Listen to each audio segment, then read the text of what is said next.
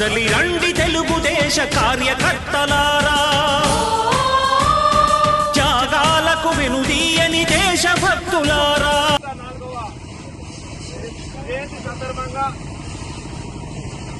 ఈరోజు అందరికీ శుభాకాంక్షలు, ధన్యవాదాలు తెలియజేస్తున్నాం. అలాగే ఈరోజు డోర్నకల్ ఎన్టీఆర్ సర్కిల్లో ఎన్టీఆర్ గారి విగ్రహం వద్ద అన్నగారి జయంతి వేడుకలు జరగడం చాలా సంతోషం.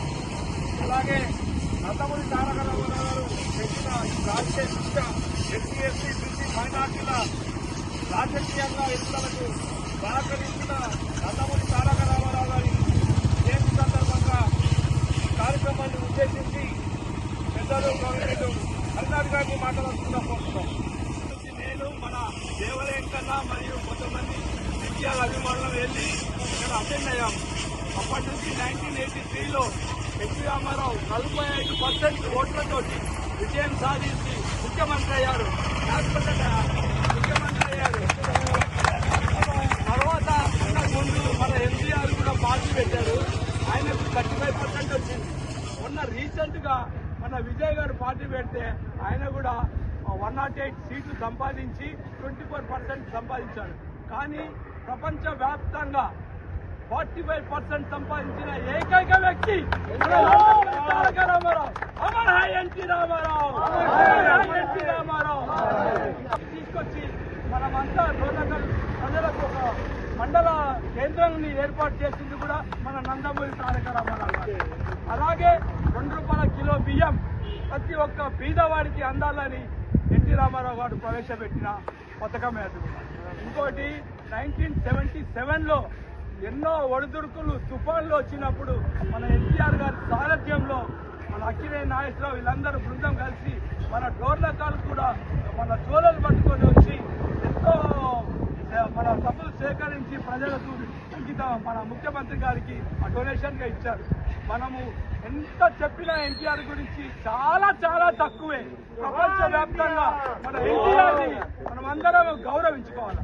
ఒక మాదిగ కులము, ఒక మాల కులము, ఒక కమ్మ కులము, ఒక అనగారిన కులాలు, ఏ కులాలకు సంబంధం లేకుండా ప్రతి ఒక్కరూ ప్రజలే నా దేవుళ్ళని చాటి చెప్పిన, సమాజమే నా దేవాలయం, ప్రజలే నా దేవుళ్ళని చాటి చెప్పిన మహానుభావుడు మన ఎన్టీఆర్. మనం ఏం చేయాలంటే ఇంకోటి భారత రత్న వచ్చేంత వరకు మనం పోరాడాలా. ఈ విషయం మన ముఖ్యమంత్రి దృష్టికి కూడా తీసుకుపోయి తప్పకుండా మా ఎన్టీఆర్ కి భారత రత్న ఇవ్వాల్సిందే. మనం పోరాడతాం. నాకు ఈ అవకాశం ఇచ్చిన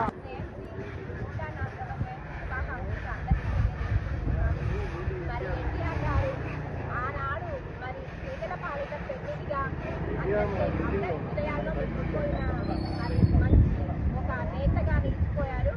మరి ఆయన సేవలు ఈ కాలంలో కూడా మరి ఎంతో అందరూ మరి నిరూపించడం జరుగుతుంది.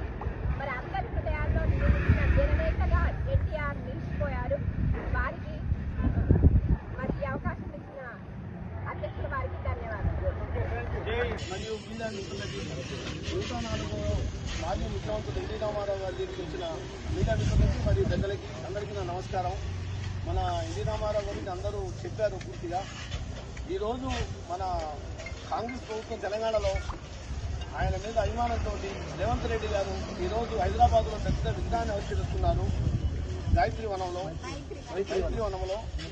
అమీర్పేట. ఇలా ప్రజలు తెలుగుదేశం, తెలుగు అనే పదానికి, తెలుగు ప్రజలకి ఆ తెలుగు అనే పదం అనేది మర్చిపోకుండా తెలుగుదేశం పార్టీ పెట్టి ఇలా జనంలో మర్చిపోని ముద్రేసిపోయాడు. అన్ని వర్గాలు ఇలా మర్చిపోకుండా అన్ని కులాలు ఇక్కడికి వచ్చినందుకు చాలా ఆనందంగా ఉంది. అందరూ ఎంత ఆనందంతో వచ్చిందండి. ఇట్లా చక్కగా ఏ నాయకుడి కోసం రాదు. వాళ్ళందరికీ నా ధన్యవాదాలు. వారి ఆత్మ శాంతి చేకూరాలని ఎన్టీ రామారావు గారికి ధన్యవాదాలు. కుల మతాకు తావు లేకుండా ఎప్పటికీ రామకృష్ణ బాబాయ్ ముందుపడి ఈ ఎన్టీ రామారావు జయంతి కావచ్చు, వర్ధంతి కావచ్చు ఘనంగా చేస్తారు. కాబట్టి ఈ మున్సిపాలిటీ తరఫున మాజీ చైర్మన్ గా ముందుగా రామకృష్ణ బాబాయ్కి ధన్యవాదాలు. కాబట్టి ఎందుకంటే రామారావు గారు అందరి వాడు పట్టాల వ్యవస్థ చూసిండు. ఇంతకుముందు హర్యానా చాలా చక్కగా చెప్పిండు, చాలా చక్కగా చెప్పిండు. పంటల వ్యవస్థ తీసుకొచ్చు. మన అంతా డివిజన్ ఉండేది, మనందరం కలిసి మౌవాలు పోయేది బండి బండ్లు అప్పుడు చిన్నప్పుడు ఏమైనా సర్టిఫికేట్ కావాలన్నా మహబూబాద్ పోయేది, ఒకసారి అధికారులు కలిసేది, పట్టవారి కలిసి ఎంఆర్ఓ కలిసి పట్టవారికి ఆ విధంగా ప్రాబ్లం ఉండేది. కాబట్టి ఇంత వ్యవస్థని మరి రద్దు చేసి మరి 5 అంచెల పద్ధతి తెచ్చిండు ఎన్టీ రామారావు. గతంలో ఎంపీటీసీలు లేవు, 5 అంచెలు తెచ్చిన ద్వారా ఆయన చేపట్టే నేను ఈ స్థాయికి వచ్చిన. మరి రాజక్క కావచ్చు, లావణ్య చెల్లె ఈ కార్యక్రమానికి ఇక్కడికి విచ్చేసిన పెద్దలకి, అభిమానులకి నమస్కారాలు. ముఖ్యంగా మన మాజీ ముఖ్యమంత్రి ఎన్టీ రామారావు గారికి జన్మదిన శుభాకాంక్షలు. మనకి ఒకటే ఒక మాట చెప్తుంటారు అతను, ఏంటంటే సమాజమే ఒక దేవాలయం, ప్రజలే ఒక దేవుళ్ళు అని ఆయన ముఖ్యంగా అదే ఒక్క మాట చెప్పింది. ఎన్టీ రామారావు 2 కేజీల బియ్యము పథకాన్ని 2 రూపాయల కేజీ బియ్య పథకాన్ని తనే తెచ్చారనమాట. తను ప్రజల్లో ఎంతో పేద ప్రజలకు ఆయన ఎంతో కృషి చేసిందనమాట. మనకు ఇప్పుడు డోర్నకల్లో ఈ మండలంలో ఉన్న మండలం ఇప్పుడు డోర్నకల్ మండలం మండల స్థాయి కావడానికి ముఖ్యంగా ఎన్టీఆర్ఏ కారణం. మనకప్పుడు చిన్న గ్రామాల నుండి మనం ఏది కావాలన్నా ఏం చేయాలన్నా మనం మైబాద్ వీరన్న మనము ఏ క్లాస్ సర్టిఫికెట్ అన్నా దేనికన్నా మనం మైబాద్ వెళ్ళి తెచ్చుకునేది. అలా కాకుండా ఆయన గ్రామాలను గుర్తించిందనమాట. చిన్న గ్రామాలను కూడా ఒక మండల స్థాయి లాగా పెట్టేసి తన గ్రామాలను గుర్తించి రోడ్లు మరియు వస్తు సౌకర్యము అన్ని మన ఎన్టీ రామారావు గారు చాలా చేసింటే తన గురించి ఎంత చెప్పినా గానీ అది తరగనిదన్నమాట. ఆడపిల్లలకి మహిళలకి ఆస్తి హక్కు కూడా తను మహిళలకు ఆస్తి హక్కు, మహిళలకు రక్షణ.